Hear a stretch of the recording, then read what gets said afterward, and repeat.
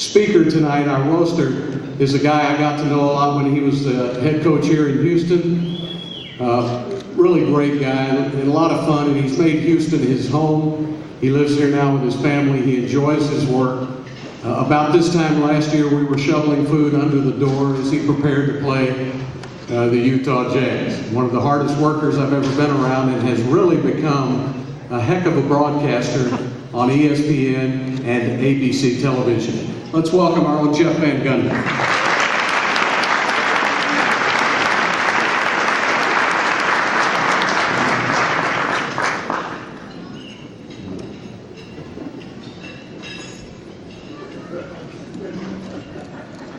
Been that kind of year for me. Appreciate being here, and sitting up there, I couldn't help but notice the differences between Del Harris and myself. He has hair and I don't, and he actually won a playoff series in Houston, so you know, why I could be here. It's amazing, really. I was impressed by the vast turnout of Rocket players and coaches here for Yao. Two guys, Bobby Jackson and Deke. It just shows you how strongly they feel about Yao. Bobby doesn't even know Yao, because by the time he got here, Yao was hurt. And Deke, being the benevolent soul that he is, since he profited, he was playing like 2 minutes a game. Now he's playing all the time. He's here to celebrate Yao's injury. So you gotta love players. They really, stand behind their own. And I couldn't also help but, Clyde was talking about all the friends and family and fans that he had out here in the audience tonight. And I recognized a few people too.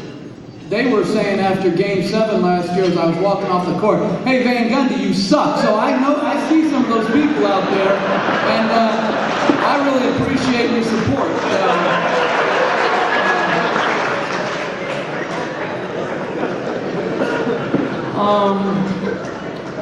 I'd like to congratulate Yao on another great half season.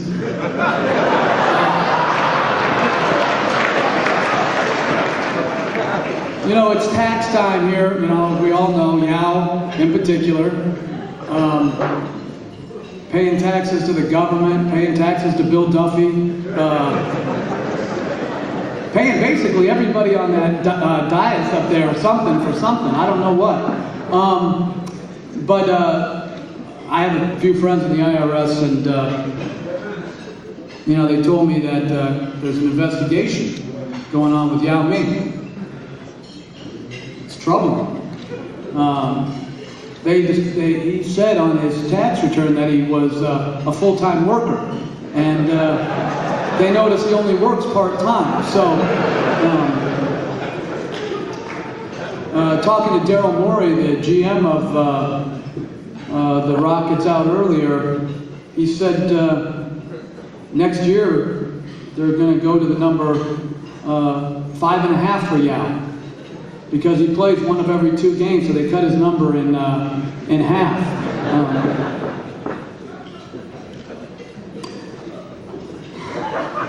Obviously I don't have much to do in life right now, so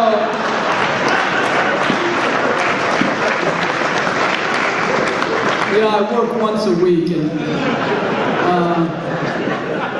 I go to the Buffalo Grill a lot, even for lunch. So it is interesting working this much. My wife, very supportive, very supportive. She has this pillow, and this is why I thank Calvin, and really Calvin couldn't be a greater host. He told me he's going to pay airfare for me, first-class airfare. I said, I live in Houston. He said, exactly. So the generosity of Calvin has been remarkable. But my wife was so very happy that I had someplace to go tonight.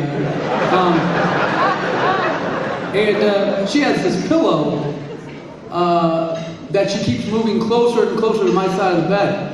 And it says, for better or for worse, but not for lunch. So I'm just glad I have someplace to go tonight, and I appreciate it. I appreciate you guys supporting this fine high school. I went to a different type of high school.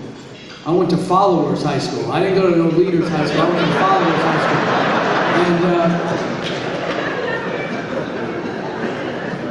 you know, but it's for a great cause, and also everybody has talked about a great man in Yao Ming. And I've been fortunate to coach one Hall of Famer, and Patrick Ewing, who just got inducted along with Hakeem. And I think McGrady will definitely be there, and Yao certainly is on his way. But the thing I'll take from my time in Houston is Matumbo, no.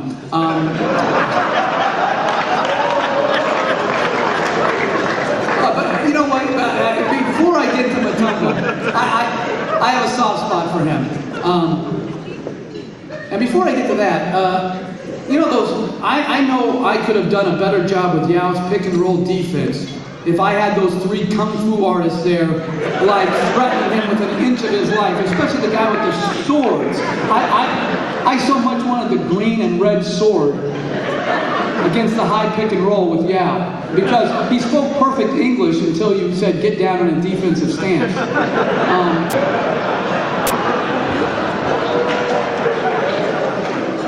But that being said, I want to mention Matumbo just for a second, because I loved coaching him. I couldn't understand either center that played, but I loved coaching.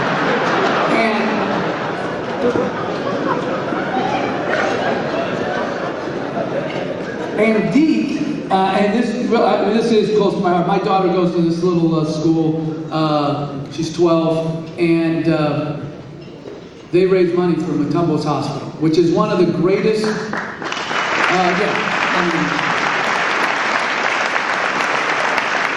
So yesterday, day of a game, he goes to shoot around, and then he comes over to my daughter's school to speak to him about the plight of his people. And last year they raised $14,000 at their school for his hospital, and hopefully this year they'll raise even more. But he made her day by saying he came there because she was his friend. And I would say this, I have never met, everybody said Yao's the finest person that they've met in the NBA. And I would say he's one of them. But I have never met a man of more generous spirit than the kid they've come.